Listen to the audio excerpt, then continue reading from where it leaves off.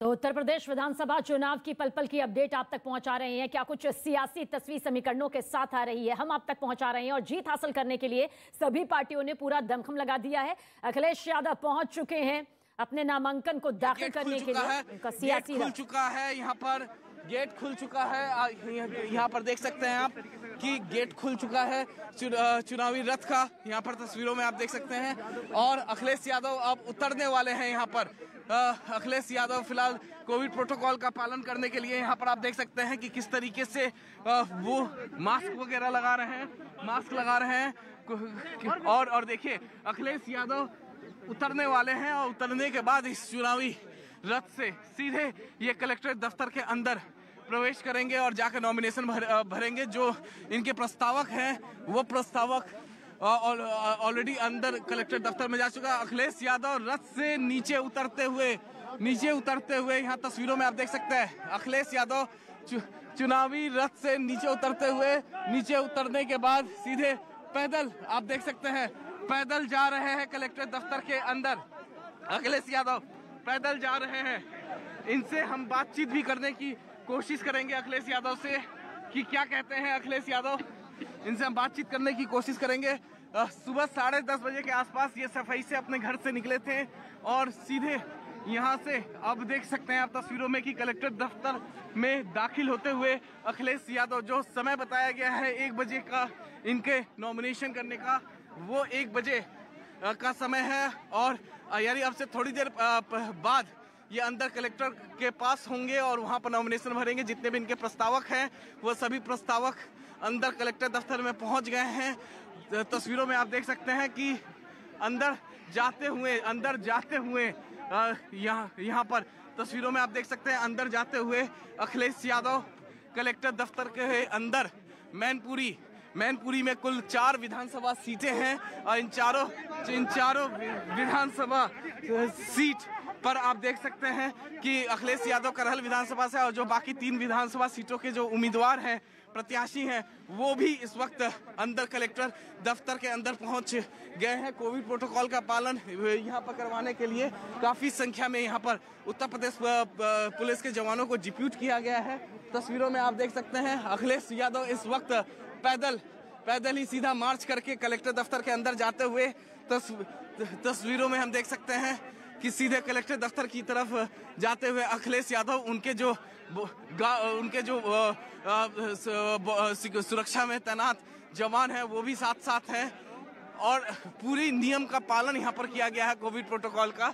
देखिए यहाँ तस्वीरों में कि अखिलेश यादव यहाँ पर जाते हुए पैदल कलेक्टर दफ्तर पर 1 बजे का समय बताया गया था जब अखिलेश यादव नॉमिनेशन करेंगे। और यह तस्वीरों में आप देख सकते हैं कि किस तरीके से अखिलेश यादव पैदल जाते हुए और इस वक्त वो मुड़ रहे हैं कलेक्टर दफ्तर की तरफ। यानी जहां पर वो चुनावी रथ से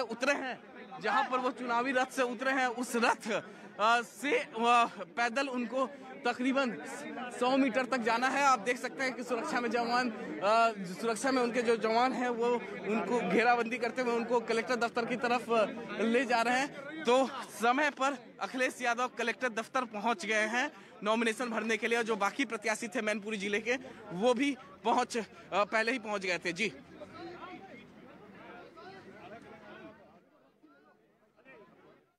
बिल्कुल अमित, और इन तस्वीरों के जरिए हम देख सकते हैं न्यूज़ 18 एक्सक्लूसिव तस्वीरें इस वक्त आपके सामने। मैनपुरी में कुल देखिए 4 विधानसभा सीटें हैं। मैनपुरी, भोगाव, किशनी और करहल सबसे सुरक्षित सीट जो है सियासी समीकरण के लिहाज से वो मानी गई। और इसके पीछे मुख्य वजह यही है कि अखिलेश यादव यहां से पहली बार विधानसभा चुनाव में उतरने जा रहे हैं और जो नामांकन की प्रक्रिया है उसके तहत ये तस्वीर यहाँ पर सामने आ रही है। करहल सीट उनके लिए सियासी समीकरण के लिहाज से बेहद सुरक्षित मानी जा रही है। पहली बार विधानसभा चुनाव लड़ने जा रहे हैं देखिए। और करहल सीट का जो समीकरण है उसे साधते हुए पश्चिमी और मध्य यूपी की सीटों पर पकड़ बनाए रखने की यह रणनीति भी यहां पर कही जा सकती है, जो समाजवादी पार्टी के अध्यक्ष अखिलेश यादव के जरिए सामने आई है। तो मैनपुरी जिले की कुल 4 विधानसभा सीटें, जिनमें से करहल को यहां पर चुनावी मैदान में पहली बार उतरने के लिए विधानसभा चुनावों के लिए। और अगर बताएं इसके सियासी समीकरणों को तो वर्तमान में भोगांव को छोड़कर बाकी 3 पर समाजवादी पार्टी का ही कब्जा है। भोगांव पिछली बार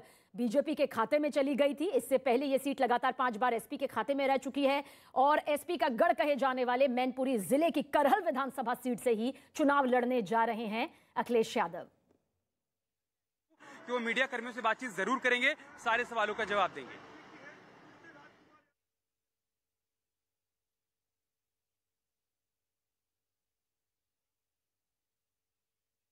और हमारे सहयोगी अमित हमारे साथ लगातार बने हुए हैं। अमित, बड़ी सियासी तस्वीर सामने आ रही है। पहली बार विधानसभा चुनाव सबसे सुरक्षित सीट सियासी समीकरण के लिहाज से कहा जा सकता है कि अब नामांकन की प्रक्रिया आगे बढ़ेगी और जोशों से प्रचार प्रसार की तस्वीर भी सामने आएगी। जी सबीर, इस वक्त अगर हम तस्वीरों के जरिए आपको बताएं तो अखिलेश यादव जो हैं इस वक्त पहुंच गए हैं अंदर कलेक्टर दफ्तर में। यानी जो प्रोसेस है नॉमिनेशंस का, वो प्रोसेस अब से शुरू हो जाएगा। और इसके अलावा अगर बात करें तो अखिलेश यादव के अलावा जो मैनपुरी के 3 और विधानसभा सीट हैं, वहां से भी उसके जो प्रत्याशी हैं समाजवादी पार्टी के, वो भी अखिलेश यादव के साथ साथ नॉमिनेशन भरने वाले हैं। और यानी जो मैनपुरी के कुल 4 जिले हुए, 4 विधानसभा सीटें हुई करहल समेत, तो सबके जो प्रत्याशी है आज ही भर रहे हैं यहाँ पर नॉमिनेशन। और यहाँ से नॉमिनेशन भरने के बाद अखिलेश यादव सीधे यहाँ से बताया जा रहा है कि लखनऊ के लिए जाएंगे। मैं आपको यहाँ की तस्वीरें भी एक बार दिखा रहा हूँ। देखिए अंदर की तस्वीरें तो हम अपने दर्शकों को लगातार दिखा रहे हैं कि अंदर इस वक्त अखिलेश यादव मौजूद है। नॉमिनेशन का जो प्रोसेस है वो शुरू होने जा रहा है। जो प्रस्तावक हैं उनके वो पहुंच गए हैं, जो समाजवादी पार्टी के बड़े नेता रामगोपाल वो पहुंच गए हैं। इसके अलावा यहाँ पर मैं आपको दिखाऊं तस्वीरों के जरिए, तो यहाँ पर देखिए कलेक्टर दफ्तर के बाहर भी भारी संख्या में पुलिस बल को यहाँ पर तैनात किया गया है। इस वजह से, क्योंकि कोविड प्रोटोकॉल का पालन करवाना है, इस वजह से यहाँ पर काफी ज्यादा फोर्सेस को तैनात किया गया है। करहल विधानसभा सीट की अगर हम बात करें तो ये यहाँ पर देखें तो पिछले 7 बार से यहाँ पर समाजवादी पार्टी के ही उम्मीदवार विधायक बनते रहे। तो जाहिर तौर पर इस लिहाज से देखें तो ये समाजवादी पार्टी का गढ़ है और यहीं से चुनावी मैदान में होंगे। पहली बार विधानसभा चुनाव लड़ रहे हैं अखिलेश यादव और पहली बार वो विधानसभा चुनाव लड़ रहे हैं और उन्होंने परंपरागत सीट अपना चुना है, करहल विधानसभा सीट। यानी अखिलेश यादव जिस तरीके से लगातार उन्होंने ये सीट चुनी है, लगातार जिस तरीके से अखिलेश यादव को चुनाव प्रचार करना है, पूरे पार्टी की जो कमान है वो उनके हाथों में है। तो जाहिर तौर पे करहल विधानसभा सीट सर बताया जा रहा है कि तेज प्रताप यादव जो पूर्व सांसद हैं, उन्हें उनकी जिम्मेदारी है कि करहल विधानसभा सीट। बिल्कुल अमित, आपके पास लौटेंगे क्योंकि ये पूरी तस्वीर देखिए इस वक्त आपके सामने है। 2 तस्वीरें, एक तरफ नामांकन दाखिल करने के लिए पहुंचे हुए हैं और दूसरी तस्वीर आगरा में हुंकार भरते हुए सीएम योगी आदित्यनाथ। मंत्री के रूप में जिन्होंने अच्छा कार्य किया है, यहाँ के वर्तमान में अभी विधायक चौधरी उदयभान सिंह जी, जिलाध्यक्ष श्री गिरिराज कुशवाहा जी,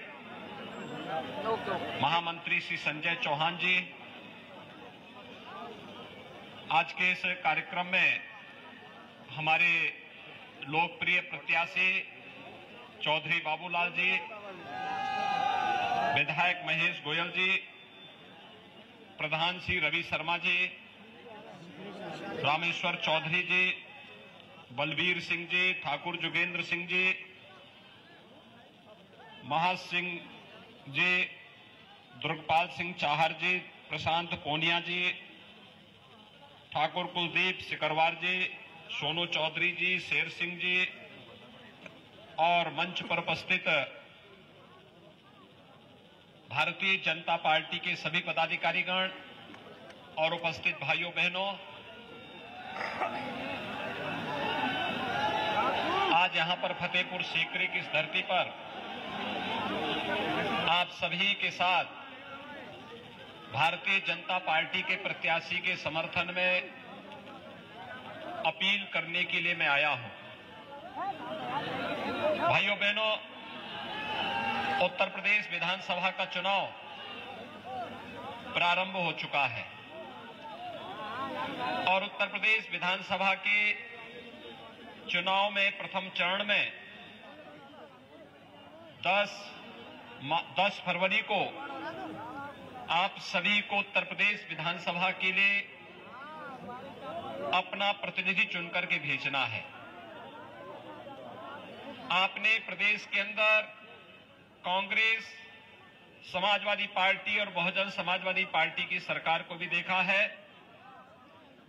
और विगत 5 वर्ष के दौरान भारतीय जनता पार्टी की सरकार की कार्यपद्धति को भी देखा है। भाइयों बहनों, वर्तमान में पूरी दुनिया कोरोना महामारी की चपेट में है। कोरोना की तीसरी लहर ने व्यापक जनधन की हानि की।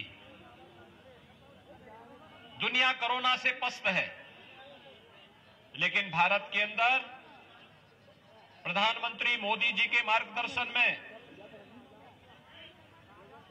उनके नेतृत्व में बेहतरीन कोरोना प्रबंधन का जो कार्य हुआ है, आज उसका परिणाम है कि भारत एक बेहतर स्थिति में है। यहां पर न केवल प्रत्येक व्यक्ति के जीवन की रक्षा का, बल्कि प्रत्येक व्यक्ति की जीविका की रक्षा के लिए भी उचित प्रबंध करने के प्रयास हुए हैं। कोरोना की थर्ड वेव के दौरान आपने देखा होगा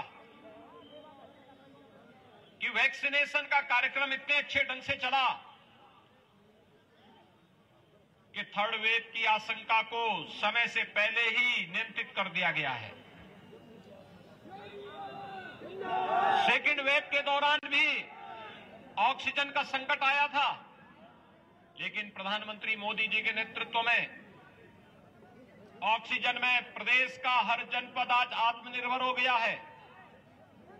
और भाइयों बहनों, प्रथम वेव में भी आपने देखा होगा, लॉकडाउन के दौरान प्रवासी कामगार और श्रमिक अपने घरों को आए, उनको सुरक्षा, उनको खाद्यान्न उपलब्ध कराना। पूरे कोरोना कालखंड में न केवल फ्री में टेस्ट, फ्री में उपचार की व्यवस्था, फ्री में वैक्सीन, सबको वैक्सीन, और डबल इंजन की सरकार है तो डबल डोज राशन की भी हर गरीब को देने का कार्य भी किया गया है। भाइयों बहनों, मैं आपसे पूछना चाहता हूं, कोरोना के दौरान डबल इंजन की भारतीय जनता पार्टी की सरकार आपकी सेवा में थी। भारतीय जनता पार्टी के सांसद, विधायक, पदाधिकारी आपकी सेवा में थे, लेकिन कोरोना के दौरान न सपा का अता पता था, न बसपा का अता पता था, न ही कांग्रेस का अता पता था। जो संकट में साथी नहीं, वह आपका सही साथी नहीं। वह कैसे सहयोगी जो संकट में सहयोग न करे। संकट का सहयोग भारतीय जनता पार्टी की डबल इंजन की सरकार कर रही थी। वही साथी है। ये तो सपा और बसपा तो अवसरवादी हैं, और चुनाव में अवसरवादियों को सही सबक सिखाने की आवश्यकता है। इसीलिए भाइयों बहनों, मैं आपसे अपील करने के लिए आया हूं। भाइयों बहनों, मैं इस धरती को नमन करता हूं। यह धरती महापराक्रमी योद्धा गोकुल जाट की भूमि भी है। याद करिए, गोकुल जाट जी के नाम पर हम लोगों ने यहाँ एक चौक का नामकरण किया है, सड़क का भी नामकरण किया है। याद करिए, गोकुल जाट ने औरंगजेब के छक्के छुड़ा दिए थे।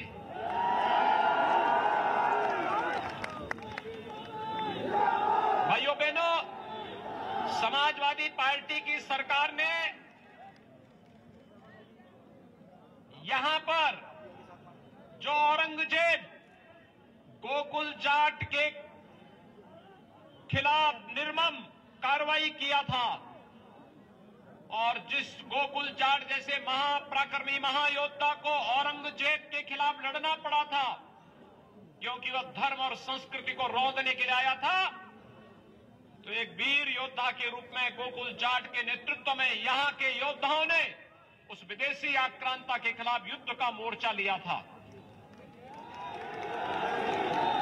भाइयों बहनों, समाजवादी पार्टी की सरकार ने गोकुल जाट को सम्मान नहीं दिया, बल्कि समाजवादी पार्टी की सरकार तो आगरा में एक म्यूजियम बना रही थी औरंगजेब के नाम पर। हमने कहा म्यूजियम औरंगजेब के नाम पर नहीं बन सकता, आगरा का म्यूजियम छत्रपति शिवाजी के नाम पर बनेगा और छत्रपति शिवाजी म्यूजियम आज आपके आगरा में बन रहा है।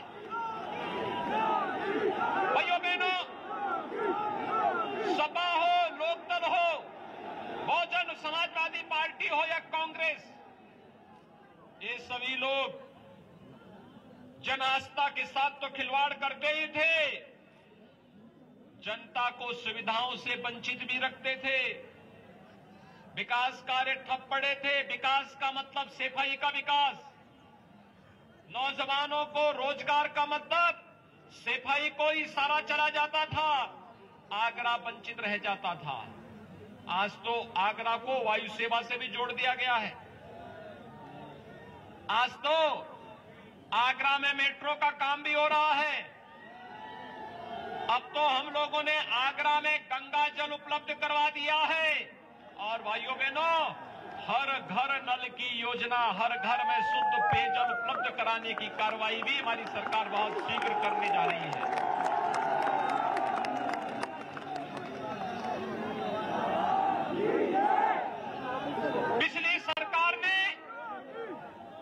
पिछली सरकार ने समाजवादी पार्टी के नेतृत्व की जो सरकार थी, उस सरकार ने गरीबों का, वृद्धजनों का, विधवा महिलाओं का, दिव्यांगजनों की पेंशन को बंद कर दिया था।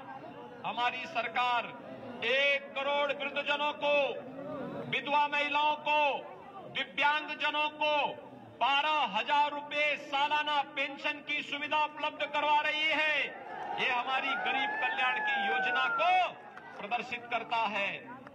कुंवारी कन्याओं के लिए कन्या सुमंगला योजना, ये भारतीय जनता पार्टी की सरकार लेके आई। डबल इंजन की सरकार, हर कन्या को स्कूल में पढ़ने की व्यवस्था हो, बेटी के जन्म लेने से लेकर के बेटी की स्नातक तक की पढ़ाई फ्री में, और फ्री में ही नहीं बल्कि 15,000 रुपए बेटी को पढ़ाई के दौरान भी सरकार अलग से उसके अकाउंट में देने का कार्य करेगी। ये मुख्यमंत्री कन्या सुमंगला योजना भी भारतीय जनता पार्टी की डबल इंजन की सरकार ने दिया। भाइयों बहनों, बेटियों की सुरक्षा या कानून व्यवस्था की स्थिति, दंगा, हर तीसरे दिन दंगा, या बेटियों की सुरक्षा में कितना खेल होता था। लेकिन आज बेटी भी सुरक्षित है, प्रदेश में दंगे नहीं होते। अब तो दंगा करने वाले को 10 बार सोचना पड़ता है कि दंगा करेंगे तो पोस्टर चस्पा हो जाएंगे। बाप दादों ने जो नैतिक अनैतिक तरीके से कमाया है सब बिक जाएगा।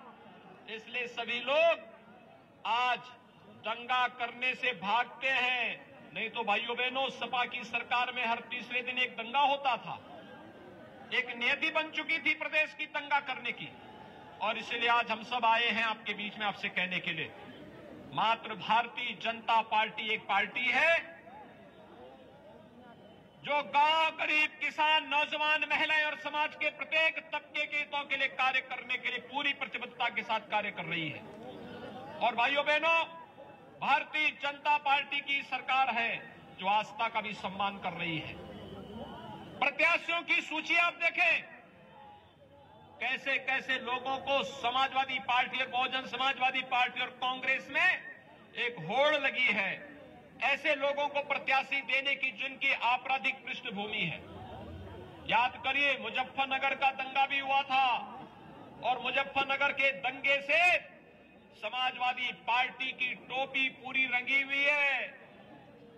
उन निर्दोष किसानों का, उन निर्दोष जाति युवकों का, गौरव और सचिन नाम के निर्दोष नौजवानों के खून से रंगे हुए समाजवादी पार्टी के हाथ, एक तरफ मुजफ्फरनगर के दंगों से इनके हाथ रंगे हुए हैं और दूसरी तरफ राम भक्तों पर गोली चलाने का भी पाप इनके ऊपर लगा हुआ है।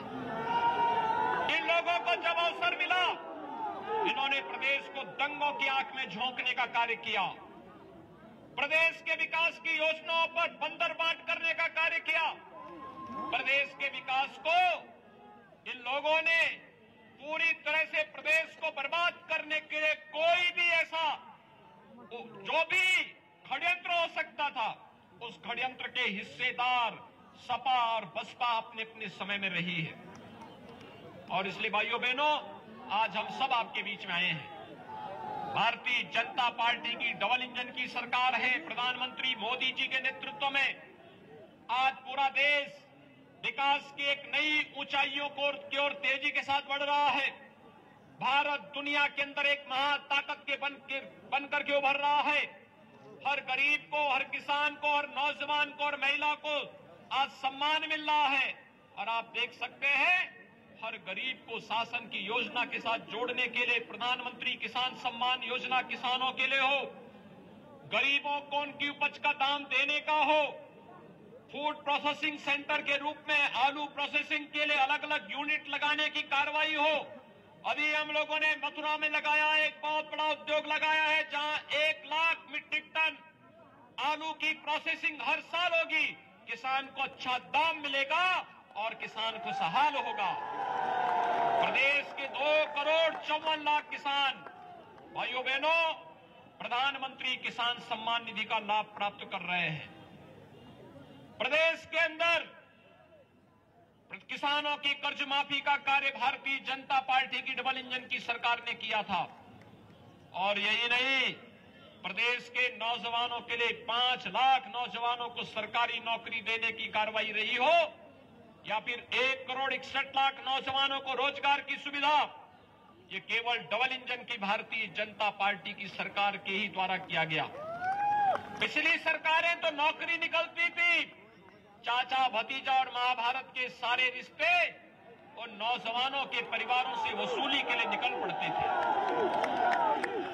प्रदेश के अंदर नौकरी के नाम पर लूट खसोट होती थी, ट्रांसफर पोस्टिंग के नाम पर केवल पैसा वसूला जाता था और तमाम प्रकार के माफियाओं को प्रश्रय देकर के अराजकता पैदा करवाने की पूरी छूट दी जाती थी।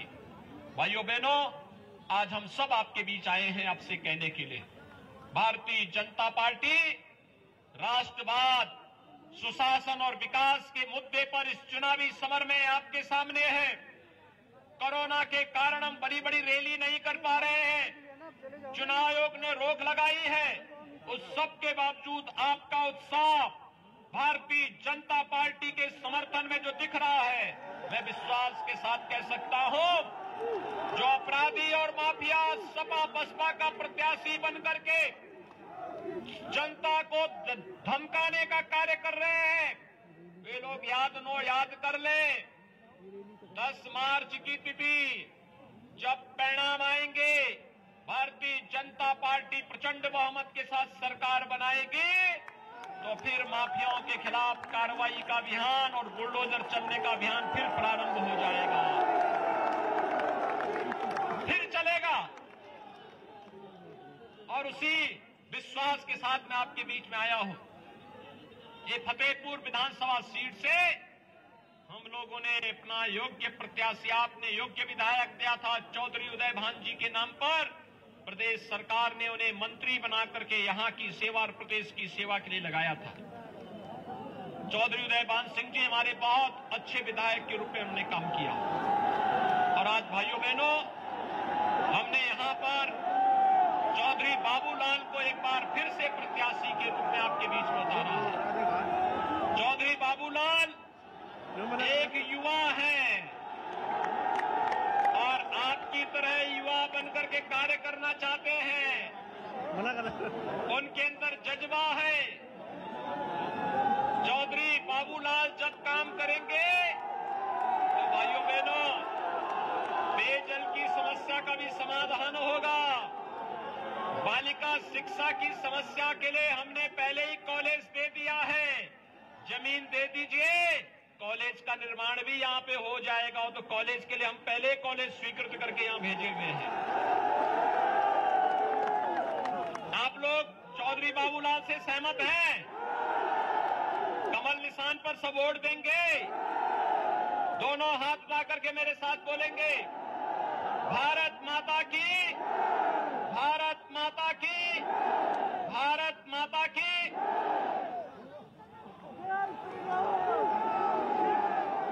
हेलो।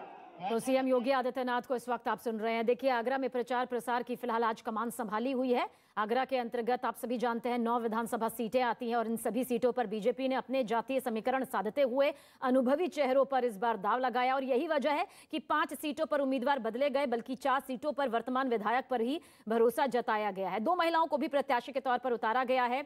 तो आगरा कैंट हो, आगरा नॉर्थ हो, आगरा साउथ हो या फिर इत्मादपुर, फतेहाबाद सीकरी, खैरागढ़, ये तमाम अहम सीटें हैं जिन्हें साधने के लिए उतरे हुए हैं सीएम योगी आदित्यनाथ और बताया कि किस तरह से डबल इंजन की सरकार की वजह से उपलब्धियां उत्तर प्रदेश के खाते में आई, रोजगार बढ़ा, विकास की इबारत लिखी गई। अपने उम्मीदवारों के लिए वोट मांगने के लिए जनता के बीच पहुंचे हुए हैं सीएम योगी आदित्यनाथ। बीजेपी के स्टार प्रचारकों की लंबी फहरिस्त है और सभी घर घर डोर टू डोर कैंपेन जो है उसे आगे बढ़ाते हुए, सभाओं के जरिए संबोधित करते हुए, जनता से संवाद साधते हुए नजर आ रहे हैं। और इसी फहरिस्त में आज आगरा शुमार है। आगरा की 9 विधानसभा सीटें हैं। हालांकि जानकारी आप तक जरूर पहुंचा दें कि जो ये 9 विधानसभा सीटें हैं अपना अलग जातीय समीकरण है, खासतौर से परिसमन के बाद में। और दूसरी तस्वीर आप देखिए, अखिलेश यादव की ये तस्वीर है जहां पर पहली बार विधानसभा चुनाव लड़ रहे हैं और सबसे सुरक्षित सीट जो कि मैनपुरी में ही आती है, करहल, नामांकन दाखिल करने के लिए कुछ देर पहले पहुंचे यहां पर अपने सियासी रथ के जरिए। वो सियासी रथ जिसके जरिए प्रचार प्रसार भी आगे बढ़ रहा है और उसी के जरिए पहुंचे अखिलेश यादव यहां पर। तो उत्तर प्रदेश विधानसभा चुनाव में जीत हासिल करने के लिए सभी पार्टियों का ये दमखम है। 2 तस्वीरें इसी की बानगी आपके सामने रखती हैं। समाजवादी पार्टी के अध्यक्ष अखिलेश यादव खुद इस बार चुनावी मैदान में उतरे हुए हैं और पहली बार विधानसभा चुनाव में उतरे हैं अखिलेश यादव मैनपुरी की करहल सीट से, क्योंकि करहल का जो समीकरण है वो समाजवादी पार्टी के पक्ष में लगातार रहा है। ऐसे में सबसे सुरक्षित सीट में अखिलेश यादव उतरे हुए हैं और नामांकन की जो ये प्रक्रिया है उसी के तहत यहां पर पहुंचे हुए हैं। हालांकि जानकारी आपको बता दें कि जो बाकी उम्मीदवार हैं आज उनका भी नामांकन है। मैनपुरी, भोगांव, किशनी और करहल, ये 4 जो सीटें हैं वो मैनपुरी की विधानसभा सीटें हैं और करहल सीट जो कि सियासी समीकरण के लिहाज से काफी सुरक्षित मानी जाती है, यहीं से पहली बार विधानसभा चुनाव लड़ने जा रहे हैं एसपी अध्यक्ष अखिलेश यादव। करहल सीट को चुनकर हालांकि पश्चिमी और मध्य यूपी की सीटों पर पकड़ बनाए रखने की भी रणनीति यहां पर जरूर सामने आती है। वर्तमान में भोगांव का जिक्र करें तो बस इसे छोड़कर बाकी 3 पर समाजवादी पार्टी का कब्जा है, क्योंकि बीते चुनाव में भोगांव सीट बीजेपी के खाते में चली गई थी और ऐसे में एसपी का गढ़ कहे जाने वाले मैनपुरी जिले की करहल विधानसभा सीट से ही नामांकन भरने के लिए पहुंचे हुए हैं अखिलेश यादव, जो तस्वीर इस वक्त आपके सामने। और बाकी जिलों की 3 विधानसभा सीटों का भी जिक्र कर लेते हैं। समाजवादी पार्टी ने एक बार फिर पुराने उम्मीदवारों पर ही दांव खेला है। इसमें से 2 वर्तमान में एसपी के टिकट पर विधायक हैं तो वहीं पर एक पूर्व विधायक हैं।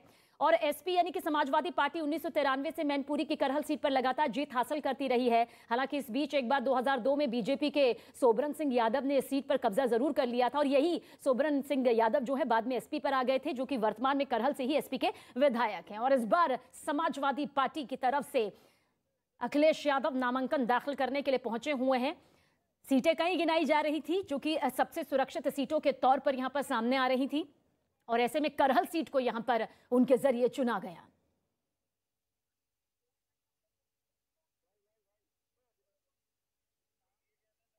तो सीएम योगी आदित्यनाथ देखिए पहुंचे हुए हैं आगरा में और आगरा में कुछ देर पहले सभा को संबोधित करते हुए उन्होंने पिछली सरकारों पर निशाना साधा। यूपी सरकार के दौरान कौन कौन सी वो उपलब्धियां रहीं जिनसे विकास की इबारत लिखी वो यहां पर गिनाई। अपने उम्मीदवारों के लिए यहां पर जनता से वोट देने की अपील की, क्योंकि आगरा कुछ सीटें हैं जो कि काफी हाई प्रोफाइल मानी जाती है, खास मानी जाती है। इत्मादपुर विधानसभा का जिक्र करें तो यहां से भी एक बड़ी तस्वीर नजर आएगी जहां पर 4,15,000 तक के मतदाता है। और आगरा से जावेद हमारे साथ ज्यादा जानकारी के लिए इस वक्त मौजूद हैं। जावेद, कहा जा सकता है कि आगरा की जो 9 विधानसभा सीटें हैं और जिन 3 सीटों पर आज हुंकार भरते हुए सीएम योगी आदित्यनाथ नजर आ रहे हैं, आगे भी नजर आएंगे, सियासी समीकरणों के साथ जो संबोधन उन्होंने दिया उसके मायने यहां पर समझेंगे आपसे। देखिए, मुख्यमंत्री आज फतेहपुर सीकरी में अब से थोड़ी देर पहले यहां पर उन्होंने संबोधन दिया और तीखा हमला अखिलेश सरकार के पर किया था कि उन्होंने मुजफ्फरनगर दंगों का खास तौर से जिक्र किया और उन्होंने कहा कि मुजफ्फरनगर दंगों में समाजवादी पार्टी की टोपी रंगी हुई है। इसके अलावा रोजगार को लेकर उन्होंने बड़ा अटैक किया, कहा कि जब सपा सरकार में नौकरियां निकलती थी तो चाचा भतीजे वसूली के लिए निकल जाते थे।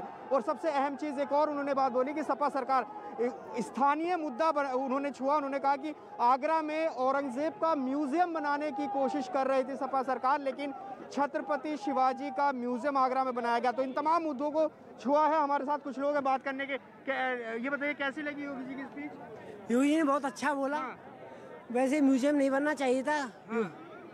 और तुमको क्या उम्मीद करके आए थे आप? क्या उम्मीद करके आए थे? सर उम्मीद क्या बताएं, हम तो ये उम्मीद है कि सरकार यही बने। सरकार यही बने? बिल्कुल। आप बताइए। आप सरकार योगी मोदी की बने। हाँ, अच्छो काम की और अच्छो ही करेंगे, बढ़िया आगे भी। स्पीच में उन्होंने कहा कि लॉ एंड ऑर्डर अच्छा हुआ है, दंगा मुक्त प्रदेश बनाया। बिल्कुल। बिनकी सरकार में दंगे बहे, बहुत बहुत अत्याचार बहे और जिया में बिल्कुल शांति रही है और शांति रही है। आप बताइए योगी जी बोल कर गए हैं, अब क्या असर आप पर हो रहा है इसका? बहुत असर। ऐसा है, मैं जेपी शर्मा, पूर्व बीडीसी विद्यापुर। योगी जी का काम अच्छा है, उन्होंने जो है सुशासन अच्छा किया है, लड़कियों और जो है गरीब किसानों के लिए बहुत अच्छा काम किया है। किसानों, गरीबों और महिलाओं के लिए अच्छा काम किया और उन्होंने अपनी उपलब्धियां भी गिनाई। साफ तौर पर कोरोना में जो प्रबंधन था यूपी सरकार का, उन्होंने उसकी तारीफ की। प्रदेश में जो नौकरियां सरकार ने दी हैं वो उन्होंने गिनाई यहाँ पर। तो ये बहुत क्रूशल जिला है क्योंकि पिछली बार 9 की 9 सीटें बीजेपी ने जीती थी। इस बार परिस्थितियां बदली हुई हैं। आरएलडी और समाजवादी पार्टी का गठबंधन है। ये तस्वीर यहाँ अब आगे क्या होगी देखने वाली बात होगी जी। बिल्कुल, पिछली बार भी बीजेपी ने 9 में से 9 सीटों पर जनता का विश्वास हासिल करते हुए जावेद यहाँ पर काबिज हुई थी बीजेपी, और इस बार भी अनुभवी चेहरों पर बीजेपी ने अपना ये दाव यहाँ पर लगाया है। 5 जो आपको जानकारी दे, जो सीटों का पूरा ये जो जातीय समीकरण यहाँ पर सामने आया है वो किस तरह से इस बार भी काम आएगा, क्योंकि कुछ तस्वीरें चुनौतियों के तौर पर जरूर बदली हैं, जिसकी जानकारी हमें यहाँ पर जावेद दे भी रहे हैं। बातचीत यहाँ पर लोगों से कर रहे हैं। जावेद, कहा जा सकता है कि अनुभवी चेहरों पर दाव लगाना यानी कि सीधे तौर पर मतलब यही है कि बीजेपी जानती है कि चुनौतियां जरूर हैं और इस चुनौतियों से पार करने में अनुभवी चेहरे जो हैं वो काम आएंगे। देखिए, हाँ, चुनौती है जरूर और यहाँ पर तमाम लोग मौजूद हैं जो अभी यहाँ से कुछ ही दूरी पर मुख्यमंत्री का एक और कार्यक्रम है, जब प्रधानमंत्री संवाद करेंगे वो उसको सुनेंगे, लेकिन लोग यहाँ पर मौजूद हैं। एक मिनट, सबसे बात करेंगे थोड़ा इत्मीनान से। ये बताइए कि योगी जी को सुनने आए थे, जो आप सुनने आए थे वही उन्होंने बोला? नहीं, हम जो सुनने आए थे वही उन्होंने बोला है और वो हमेशा अच्छा बोलते हैं और अच्छे ही काम करते हैं समाज के लिए। उनकी बातों से फतेहपुर सीकरी के में विधानसभा में फर्क पड़ेगा। चौधरी बाबूलाल जी जीतेंगे और जीतेंगे लंबे वोटों से। आप बताइए सर, ये कि इस बार क्या परिस्थितियां हैं? इस बार गठबंधन भी सामने है, जाट बहुल्य क्षेत्र है, छपरौली मिनी छपरौली से कहते हैं, क्या चुनौती तो नहीं है? से कोई फर्क नहीं पड़ने वाला है। बीजेपी की बहुत बड़ी जीत होगी और यहाँ से जो सांसद बाबूलाल जी हैं बहुत बड़ी वोटों से जीतेंगे। जय जय श्री राम। इसको मिनी छपरौली कहते हैं और उन्होंने गोकुल जाट जो कि महायोद्धा थे उनको बताया कि कैसे औरंगजेब के खिलाफ उन्होंने युद्ध लड़ा, वो जोड़ने की कोशिश की, जुड़ाव की कोशिश की और उसको जाट वोटरों को साधने। बिल्कुल जावेद, आपकी तरफ लौटेंगे। कुछ और तस्वीरें भी यहाँ पर हम अपने दर्शकों तक पहुंचा रहे हैं। ये 2 तस्वीर जहां पर आगरा में कुछ देर पहले सीएम योगी आदित्यनाथ जनसभा करते हुए हुंकार भरते हुए नजर आए। दूसरी तस्वीर आप देखिए, प्रियंका गांधी की ये तस्वीर है जहां शिव साधना, शिव भक्ति उनकी नजर आ रही है। नोएडा की ये तस्वीर है जहां प्रियंका गांधी एक मंदिर में पहुंची हुई हैं, जहां शिव भक्ति में फिलहाल इस वक्त प्रियंका गांधी लीन नजर आ रही है। शिव साधना प्रियंका गांधी की नजर आ रही है। लड़की हूं लड़ सकती हूं का नारा, हालांकि चाहे प्रियंका गांधी की पार्टी से जुड़े कैंडिडेट्स के चेहरे पर हो या फिर विपक्ष के चेहरे पर हो, लेकिन नजर जरूर यहां पर सामने आ रही है। 3 तस्वीरें आज की सोमवार की, यानी कि सबसे अहम तस्वीरें हैं जहां सीएम योगी आदित्यनाथ आगरा की सीटों को साधने में निकले हुए हैं, तो वहीं मैनपुरी में नामांकन दाखिल करने के लिए अखिलेश यादव पहुंचे और नामांकन की प्रक्रिया में फिलहाल जुटे हुए हैं। और नोएडा से ये तस्वीर कांग्रेस की तरफ से सबसे अहम तस्वीर, जहां पर शिव साधना, शिव भक्ति में लीन इस वक्त प्रियंका नजर आ रही हैं। पिछली बार का जिक्र करें तो महज 7 सीटों में उत्तर प्रदेश में सिमट गई थी कांग्रेस और जानती है पूरी कांग्रेस की इस बार भी चुनौतियां कम नहीं है। इस बार भी जो समीकरण है, अगर उन्हें साधना है, जनता के बीच में पैठ बनानी है, तो एक एक तस्वीर कितनी ज्यादा अहम हो जाती है। और इस वक्त आप देख रहे थे प्रियंका गांधी वाड्रा को, जो कि नोएडा में मौजूद शिव मंदिर में पहुंची, जहां पर उन्होंने शिव साधना की। और जावेद हमारे साथ इस वक्त मौजूद है और जावेद के साथ इस वक्त कुछ लोग भी मौजूद हैं। जावेद, ये तमाम तस्वीरें यहां पर सामने आ रही हैं, लेकिन जिस तरह से आगरा की सीट का जिक्र करें, 9 सीटों का जिक्र करें, हालांकि 2 सीटें तो आरक्षित हैं, पर आज 3 में जो हुंकार भरने जा रहे हैं, कितना संतुष्ट यहां के लोग नजर आते हैं? क्या कुछ सवाल भी हैं उनके जहन में? देखिए, मुख्यमंत्री फतेहपुर सीकरी में थे और जहां उन्होंने प्रभावी मतदाता संवाद किया, यहां तमाम बीजेपी के समर्थक और योगी आदित्यनाथ को सुनने वाले लोग पहुंचे हैं। और ख़ासतौर से देखिए, युवा हमारे साथ हैं, इनसे हम बात करते हैं। आप योगी जी को सुनने पहुंचे थे, क्या आपको लग रहा है, क्या वो आपको संदेश देने में सफल रहे हैं?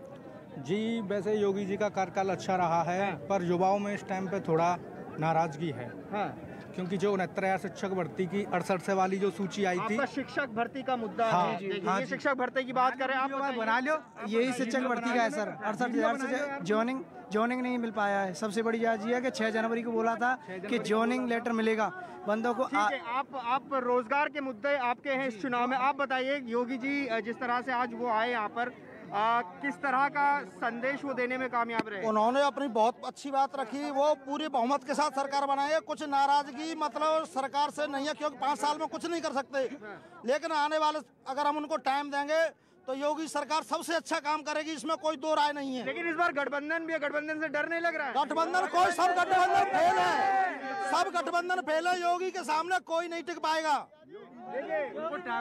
हाँ, आ जाइए, आगे आ जाइए। देखिए, कुछ साधु भी हैं, उनसे भी बात कर लेते हैं, खास तौर से यहाँ पर नजर आए थे। सर, योगी जी को सुना आपने, क्या बात उनकी आपको लगी, जो वो लगता है कि इस बार फिर से सफल हो पाएंगे? 100% इसमें कोई संदेह नहीं है, शंका नहीं है। हाँ। योगी की, मोदी की सरकार दोबारा आएगी। क्यों ऐसा लग रहा है आपको? इसलिए लग रहा है कि उम्मीदें हैं कि फिर से योगी सरकार सत्ता में आएगी। कुछ लोगों के सवाल हैं और उन्हीं सवालों के साथ में हम भी लगातार सवाल पूछते हैं, पर ये 2 तस्वीरें बहुत खास हो जाती हैं। जावेद, आगे भी आपके पास रुख करेंगे। नतीजों को मजबूत बनाने के लिए, नतीजों को पलटने के लिए देखिए किस तरह से सियासी चेहरे, दिग्गज चेहरे निकले हुए हैं चुनावी राह पर। आकांक्षा